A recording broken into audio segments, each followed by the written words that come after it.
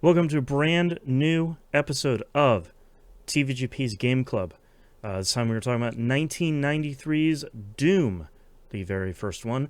I'm your host, Boston, playing the 2024 Doom 1 and Doom 2, plus like 17 other games collection on the PS5. I'm joined, as always, by Moonpier. Playing the same version of the game on my Ally slash Xbox Series X, depending on what mood I was in. And Musum. Playing on my Steam Deck, sometimes handheld, sometimes hooked up to the TV. Same version. All right, let's go talk about the release of the game here and all the deets. This one's a little bit more complicated than usual. It was first released on December 10th, 1993, when id Software uploaded the shareware version of Doom to an FTP server at the University of Wisconsin. On December 16th, you were able to then purchase the full version of Doom, which included the 3 episodes. Reminder, Final Doom is the one in 1995 that brought the 4th episode. But you can only buy that via mail order. Ultimate Doom, which was also released in 1995, was then the first Doom physical retail product that you could buy on shelves. So that's a long way of saying it sort of came out on December 10th, 1993. That's probably the version you played and downloaded because somebody copied the shareware version of it. If anyone, just to define shareware in this case, shareware for Doom was the entire first episode, and that was released for free. So if you played it back then, it was probably that. Developed and published by id Software, platforms are literally everything. It is well past a meme now that Doom runs on everything after, I think it was Foon got it to play on a pregnancy test. So it's on literally everything at this point. It also runs in Minecraft, I believe, if you want a really weird version of it too. That's true. Usually we go through and we try and describe this game. The easiest way to describe it is the first-person shooter. It came out before we called them first-person shooters. We called them Doom clones for a really long time, till around 1996 when they started being called first-person shooters. So if you want to know its legacy, which we'll get into throughout the episode, legacy is it's the first-person shooter. Let's do time travel here. Metacritic and OpenCritic, nothing. It didn't exist in 1993. And everything else beyond that is people saying like, well, this new version that's a remake. I don't care. That doesn't count. That's not what we're talking about. Let's do peers for the release date sort of across 1993. X-Wing, the very first one. Yeah. Star Fox for Super NES. Link's Awakening for the Game Boy. Syndicate, Bullfrog Syndicate for DOS. The first release of that, which incredible game. Day of the Tentacle, Master of Orion. Sonic CD, Myst, which, don't forget, was the best-selling PC game of all time until The Sims 1 came along. Sam and Max Hit the Road, one of my all-time favorites. The Genesis version of Aladdin. Mega Man X, and Phantasy Star 4. Which is like a mere sampling of the highlights of 1993. I also found a stat that I thought was really interesting.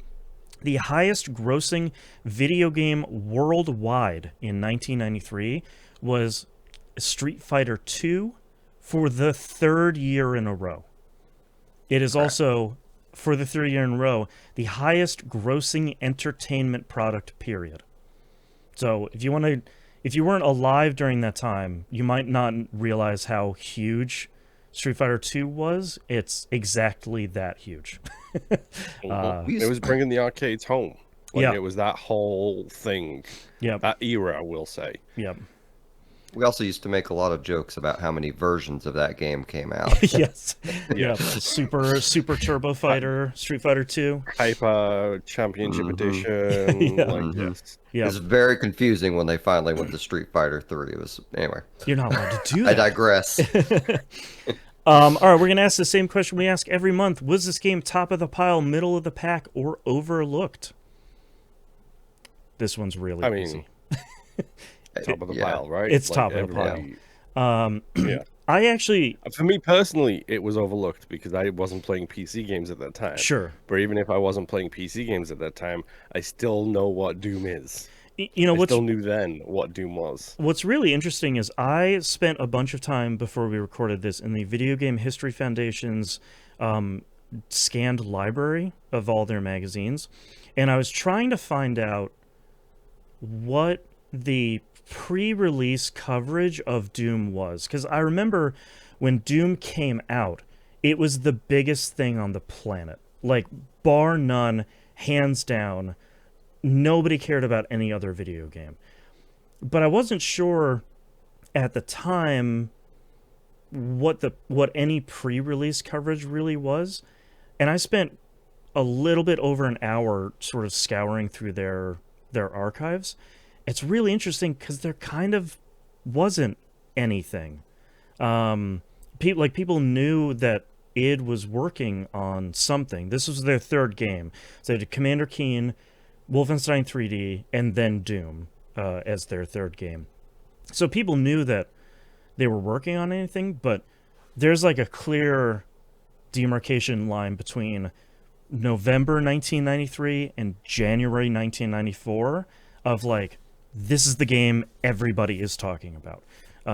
So that was kind of surprising to me to sort of see that from pre-release coverage of just like, okay, yeah, it's working on something, and then the next 2 months is just like, it's the biggest video game of all time. So It actually reminds me of the way Bethesda still do video game releases. yeah, But they just don't talk about it until it's like 6 months out, and then they're like, oh, hey, by the way, here's this. It's out in 6 months. yeah. With a few notable exceptions. Well, and I think around this time was really the heyday of like id, on PC at least, was id and Blizzard. And their kind of mantra for both of their studios was, it's done when it's done. And that sounds pretty ridiculous nowadays, but back then it was just like, yeah, man, we're releasing the entire first third of the game for free on an FTP server, and it takes up, I don't, a floppy or two. And hey, guess what? It's out right now. You can just go download and play it. Like there didn't need to be any like big marketing lead up to this. It's just like, no, it's out. There you go. A couple of days, you can buy the whole thing. Knock yourself out. For the youngins, side note, a floppy disk could hold 1.44 megabytes. Right. I was trying to remember how much space the shareware of this took, and I'm fairly sure it was just one single 3.5-inch floppy. I don't think it was two. I don't know what I did with it, but when I moved into the house I'm currently in, that I've been in for 5 or 6 years now, I actually found a sealed shareware disk of Doom, and it was just that one floppy. Yeah, because I think that was the big thing, was like, if you had access to what the internet was then, you could download it fairly quickly, relatively. But also, like, it was really easy to just copy your shareware floppy that you had and give it to all of your friends. And it's like, yeah, just install this, and you can just go play Doom, which everybody wanted to do. I kind of miss the shareware days. Like, it was so exciting. Like, and you'd get all these free games. It'd only be the first few levels, and that's a lot of what I spent my time on PC 100%. with. And just, back then, like, most of us didn't have the internet. You had the BBS boards, which are just things you'd use a dial-up modem to call in. I mean, obviously, you two know just the... Yeah. It seems like such a slice of life we're talking about. Like, I feel like we need to unpack. Well, like, you could connect to Prodigy, but Prodigy wasn't the internet. It was just a series Yeah. of discussion boards. Like, it was wild. Yeah. I mean, It's so you don't worry, download what you. Museum. The people in the future will understand when we start talking about how great water used to be. That's when they'll Exactly. understand. Yeah. Hey, remember how cool Discord was? Oh yeah, that was the day. Yeah. Anyway, getting into the meat of Doom here. Who wants to start with what they liked or didn't like? I have a lot of stuff. Well, let me just say real quick. I didn't beat the game. I got to E3 M5, so I was like 4 levels off. I didn't use any cheats, although I was tempted to. I didn't look them up though, so that temptation didn't go far. I like that it In the turns out version, in the version you're playing, they're just in the menus. Yeah, it's a really, it's a really good. It's a bummer because I feel like. Sorry, to take a quick side note, I feel like cheats on the Doom engine is kind of a core part of the game and most Doom games. And so many of the kind of console versions and remake versions either don't allow you to get access the console inside the game or don't allow you to use the cheats, which I feel like kind of misses a lot of the selling point of the game, which is weird. So that's why I appreciate the 2024 version. There's a lot to appreciate in that version, but I think one of them is just like, here's a giant cheats menu. You can just turn these cheats on and off whenever you want. I think that's great. nice.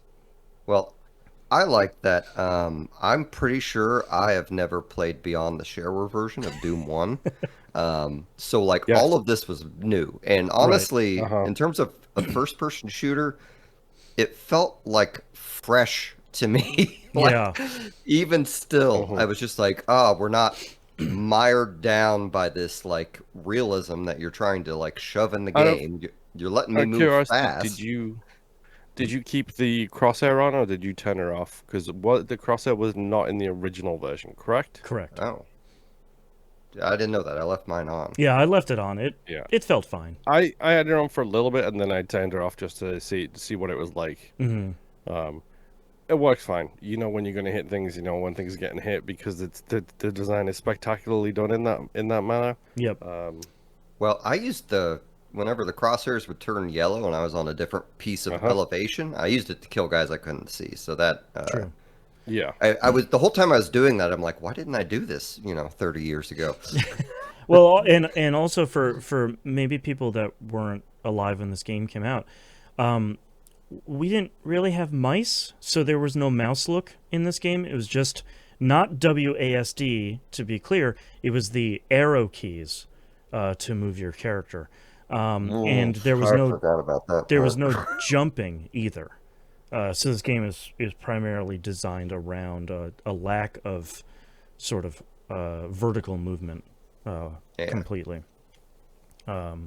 which is also interesting. I forgot about this. When the Doom engine came out, this was pre-Build Engine. Build Engine, one of the first notable games for that was Duke Nukem 3D. The Build Engine allowed map designers to put rooms on top of other rooms. The Doom engine does not allow you to do that. So I think that this game is impeccably designed from a level design standpoint for most of the levels. I'm not going to come here and say that all of them are winners. But I think the complexity of the levels is even more notable because of the restrictions of not being able to stack up levels, which I think is cool. Side note, that Masters of Doom book is an entertaining read. It's very good. Yeah. I think it's Masters of Doom. That's the one where they cover id's kind of rise and fall with Carmack and Romero. Okay. Yeah. Both Carmack and Romero designing levels, along with I wrote down what the other guy's name is. Sandy Peterson. I always forget his name. This was before American McGee started working at id. That was during the Doom 2 and Quake 1 eras as a level designer. So this is kind of pre-American stuff. But I think the thing that struck me the most about playing through this, because I owned Ultimate Doom at some point, but this game, I forgot how much. This game doesn't really hate you, but it's more than happy to kind of punish you a little bit, especially if you're not making good choices. So like if you die, it's just like, yeah, you get to start the level back over. Oh, and also we took all of your weapons and You only armor have a items and pistol. everything. Good luck. Yeah. Which I mean, this is one of the big pioneers of the whole quick save, quick load, right? Like this entire yeah, I game think this scene is was like, very much like the era of like, okay, I made a poor choice and I'm not going to make that let me choice just, again. I don't even know what the numbers were anymore. F6 It wasn't and F7. F5. There you Yeah. go. Yeah. Because by the way, if you're listening to this and playing the recent versions of this, it does have a quick save. You hit pause and then you hit right bumper and it quick saves. Yep, You hit left bumper and really it quick good. loads. But And guess what? It's quick. yeah. But I think the thing that really struck me, especially through the first half of this game, especially episode 1 and through a good amount of episode 2, is I think a lot of these levels are really well designed. And again, they're not I will all perfect. disagree with you there. They're not all perfect, but I think a lot of the levels that are solid have a real sense of like, I'm moving from point A to point B. I got a key. I saw that door before. I'm going to go back to that door. I'm going to move to the next area, and I'm going to kind of rinse and repeat. When the levels... And the map is good about showing you the color of the door as well. Yes, which is really nice. I don't remember if that was in the original either. It might have been. Where I think the game sort of falls apart and sort of falls down a little bit is once you hit episode 2 and you start teleporting a lot, and the level design gets a bit muddier and stages try to get a little bit bigger than they should be. I think that's where the level design sort of falls apart. I think episode 1 almost completely is really solidly designed, and I think it kind of gets weaker and weaker as the game goes on. Yeah. I did enjoy episode 2 an awful lot, though, I will say. Yeah. And I enjoyed, like, what the environment looked like in episode 3, but episode 3 is very much my least It's a favorite slog. one. It's Yeah. I didn't remember a lot of it. I played more Doom 2 than Doom 1, to be same. quite honest, because Doom 2 is an astonishingly incredible game. But I agree with you. A lot of episode 3 is sort of like, oh, okay, cool. I'm going to fight a room full of 15 flaming skulls. Okay, great. Oh, I'm going to fight these guys next. Oh, there's a bunch of cacodemons. Okay, cool. They resolve the issue in Doom 2, but I think the real screw you of this game is the thing I totally forgot, which is when you move from episode 1 to episode 2, and episode 2 to episode 3, you lose everything. That sucks. Like, that really sucks, man. That's like another reason for the cheats of just like, yeah, I'm going to hit the give me everything cheat, and I'm just going to get back to, having everything I had before. Well, in episode 3, or mission 1, like, they really are what's the word I'm looking for? Like, they barely give you any ammo. They're out for blood with E3M1. Yeah. Like, that one's rough. Yeah. Yeah. And the thing that I'm kind of struck by playing this again way later is how much of this game you're just using the shotgun in. Because it's just an incredibly efficient weapon. Yes. In a way that's kind of like a little bit of a bummer. Like the rocket launcher, obviously you don't have a lot of rockets because it's supposed to be this big, like, oh, there's 7 pinkies in one room. I'm just going to blow them all away and just be done with it. And like, obviously the BFG is there to mess up, hopefully, bosses and a room full of 30 dudes.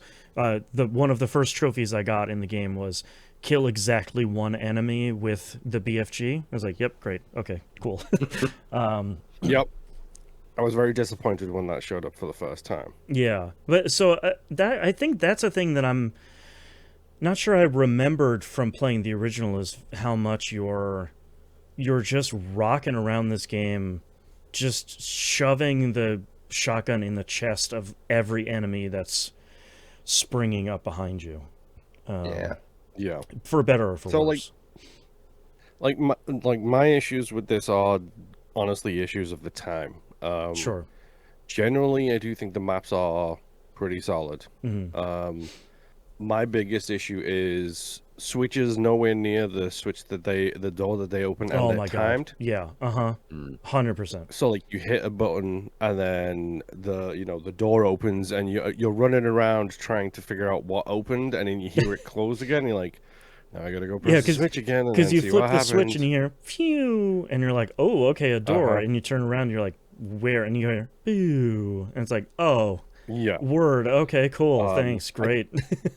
I think the sound design is pretty solid, but Yeah. like having that moment where it's like there's one place that you need to go and you can't find your way there on the map or in the game or anything, and you're just like, where's this thing I need to get this stupid gold key card so I can go through this stupid door which is right at the exit of the level, Yep. and I can't seem to find that one place I haven't been yet. Yep. That was very frustrating. Yep.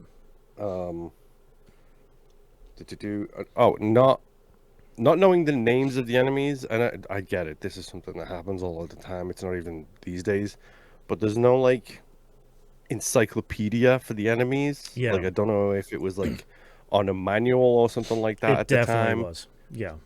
So like I don't know what they're called or the best way to defeat them is, and that's what you've got to learn through playing, kind of thing. Yeah, because like But what I remember when this came out, when I bought a boxed copy of this, is it came with a manual that had like an in-universe dossier about like, here's what the imps are, those are the brown ones. Here's what the pinkies are, the pink ones. Here's what the cacodemons are, those are the flying sort of like gross yes, red balls. ones with the ones with the butthole. Exactly. But like a lot of them are sort of like, okay, I'm fighting humans, or are they zombies? Are they undead? Are they am I killing other Marines? Like what's happening here? Yeah, it's fine. But yeah, there was definitely that era of like, yeah, just open the manual. Like the game came with manual, but not anymore. Yeah, manuals were copyright protection back then. Yep. Thankfully, they didn't do that with Doom. Like, look up to page 14 and tell me the fourth word on the page. Yep. Oh, that was a classic. Don't miss that. Yep. Yeah. I it's really funny playing this nowadays too, because it was the hottest thing on the planet for a really long time. For years and years, it was the game that everybody with at least a 386 processor was playing, probably hitting minus to like bring the window down so the frame rate was high enough. But like everybody was at least playing the shareware. Everybody was playing this game. Everybody's marveling at the tech of it, because even if you look at the previous year's Wolf 3D, there was one lighting type in that game. It was bright lights in the level. Doom brought along with it lighting in a video game. It brought 3D models into a video game, which now is like a laughable idea, but at the time was easily the best looking game on the market. It also, for better or for worse, ushered in the violence in video games argument. This and kind of Mortal Kombat was a 1-2 punch of like, can you believe the filth that video games are displaying? Because at the time, it really was like grossly gory and violent. Nowadays, it's like, oh yeah, okay, Grandpa. Like, what is the blood has like 1 pixel. Like, what are you even talking about? But like, it was such a revolutionary game.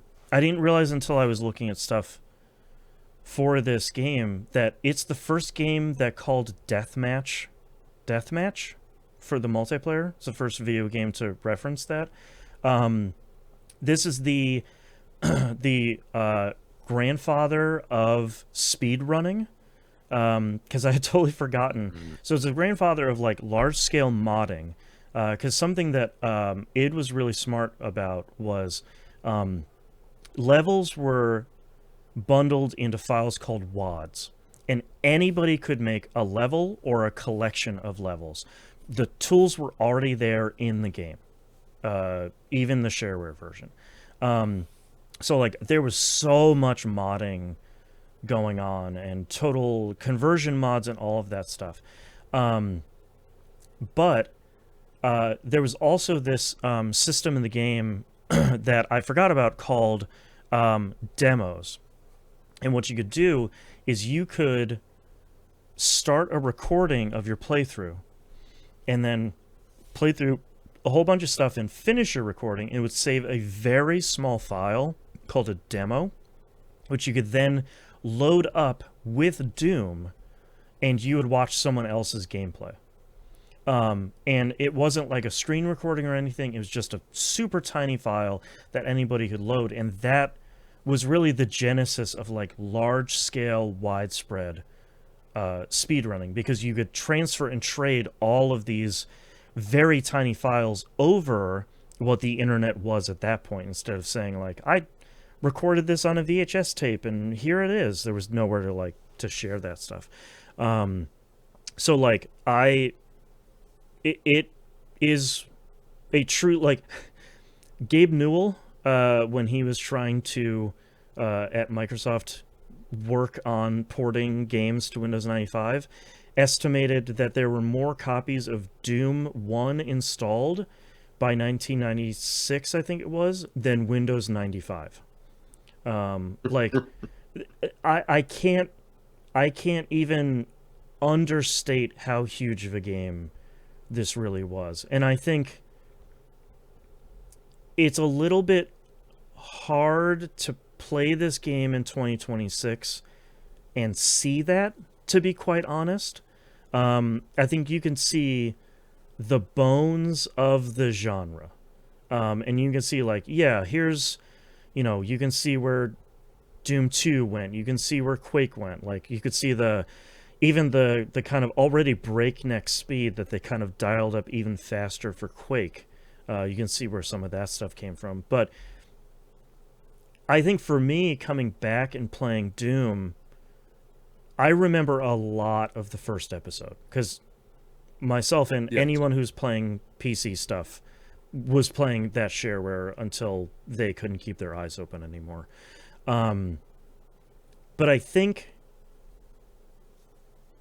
Doom 1 is a better and a worse game than I remember.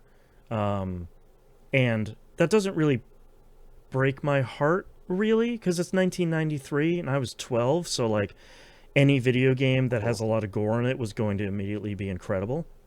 But that's the thing I wanted to say that Musum said earlier that I completely missed the opportunity to say, was like, I'm with him. I distinctly remember that map for the first chapter thing, and after that, it's like, I didn't know there was a second map here. I didn't know there was a third. Yeah, there's like a whole nother episode. What are you talking about? Like, so like, I think I'm happy we went back and played through this. I think I have found a newfound respect for this game, especially from like a technology and a level design perspective. I find myself a little bit surprised and maybe a little bit bummed at how little variety there is for weapons, which I kind of don't remember as fondly. But again, I was probably cheating my pants off through this game because, again, I was 12. Yeah. There's 6 different weapons total, essentially. Yeah. Yeah, 'cause I mean, which the is issue is you shot. just don't get enough ammo for most of them. Like, Yes. I feel right. like that's the other appeal of the shotgun is you almost always have a ton of shotgun ammo. Yep. And like those Mhm. the like black outfitted zombie guys are always dropping shells like candy, Yeah. and like you don't really get a lot of the like chain gun stuff. Obviously, you don't get a lot of BFG ammo because that's kind of the point. You don't get a ton of energy cell ammo either for the whatever the number 6 weapon is supposed to be. I never remember the name of it. The like plasma whatever. I think Um, it is like plasma rifle or something, yeah, isn't it? something like that. It has. I think it's the plasma cannon because Mm, I got the achievement for now you're cooking with plasma there for you go. killing 5 enemies within 5 seconds. It also like it's so funny that like sound this game has really great sound design, especially when the lights go out after you picked up an item and like there's the monsters, snarling and growling in the background. But it also has like, okay, you're going to fire the plasma cannon and it's just going to make that same noise the entire time you're firing it, and it will not let up, and it's the most annoying noise on the entire planet. So like there's some pretty funny stuff in this game of like, yeah, games have come a long way, but there was still some work to do at that point. Um, all right, Moon. Final thoughts here on 1993's Doom. I mean, it's a really solid game. It makes me want to continue the package, quote unquote, and Right, play Doom 2 now because I Doom want 2 to is see so what good. the changes and the jumps and the interesting like time frame between that kind of thing. Yep. Musim, final thoughts. I'll be honest with you guys. When last episode, when you guys are like, we should play Doom, in my mind, I thought, oh crap, here we go with this old thing, That's right. and I had a blast with it. Honestly, Mm-hmm. like I think it was real fun to play. I think that it's saved by the save and load features, which I Yep. forgot about for the first few levels. So I was just losing my whole inventory, and then I was like, oh wait, this is not a modern game where they Right. prevent you from doing this. Some of it's ridiculous, some of it's okay, is this the Pantera song they ripped off in the background? Exactly. Um, it's every time you load it up, you're greeted with that ridiculous image of the Doom guy with his midriff showing, Yep. and I Yep. I love all the crazy gross enemy designs. I love the ridiculous level designs. You hit exit and now the whole floor dropped and Yep. you have to fight a bunch of guys. Yep. Yep. Um, Or the pillars that secretly squash you. They're just Yes. like, yes, hey, you yes. best be quick getting these. Yep. I thought the map function worked surprisingly well. It was a little disorienting realizing, oh wait, I'm still moving Yes. around the level while That the map's still open. trips me up. Yeah. Um, But I'm really glad we played this. Yeah. And I'm tempted. I may go back and do the last 4 levels. I don't know. We'll see if time allows. But, Yeah. it's a game from the 90s. If you're going to go back and play one of these things, you have to go in with a certain mindset. It's not going to have modern day features, and that's going to be a pro and a con. So, Right. anyway, I had a great time. Doom 1 is wonderful. I do recall Doom 2 being the definitive Doom, but Yeah. been a long time. Yeah. Yeah, I feel very similarly. I've already talked a lot about Doom. I do want to specifically call out this version for a lot. So there's a modern remixed soundtrack in this version that I think is really good, which is I'm surprised by because usually they're not. Um, but they have It's a multiple. solid remix. Yeah, Like it feels like it has the heart of the original. Because I exactly. listened to both as I was playing it. It feels like it has the heart of the original music, but with just some added modernity in there. Yeah. Like I think it's like E3 M4, I think it is, has got like if you flip it to the new version, it's got like an additional drum track in there, and it hits harder on like the bass line. Yep. It's like, yes, And this is good. I think what's especially interesting about the soundtrack is there's the original MIDI version in there as well, which sounds perfect to me based on what I remember. But they also have the FM synth version in there, which has some additional options in there of being able to dictate how many synth chips you want to add to that sound card, which I think is really, really, really interesting. And that's above and Forgot about beyond. sound cards. Yeah, like that's above and beyond what I think I would expect whatsoever for a package like this. And I think that's what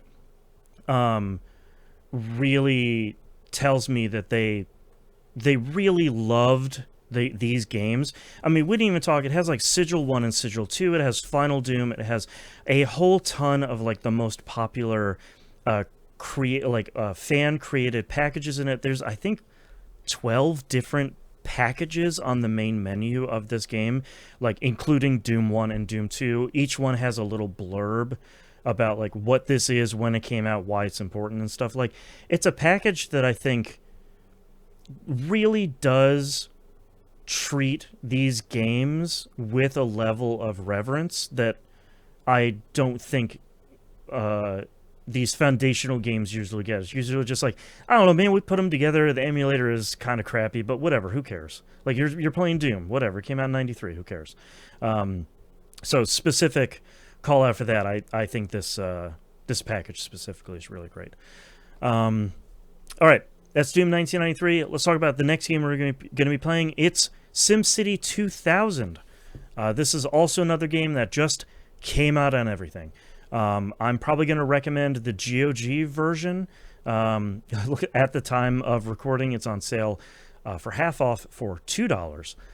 So you can get it for fairly cheap, and that will run on any computer that you have.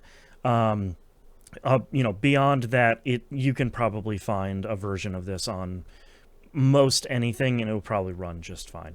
I think the PC version is the one that has all of the features. I'm not sure I would recommend, the GBA version or anything. So that would be my recommended version. But, you do you. I'm going to find a SNES and play the SNES version with Bowser. There you go. That's a definite classic for sure. But we're going to play SimCity 2000 for the next month here. Thank you, everyone, for listening. We'll see you next month. Bye. Bye. Bye-bye.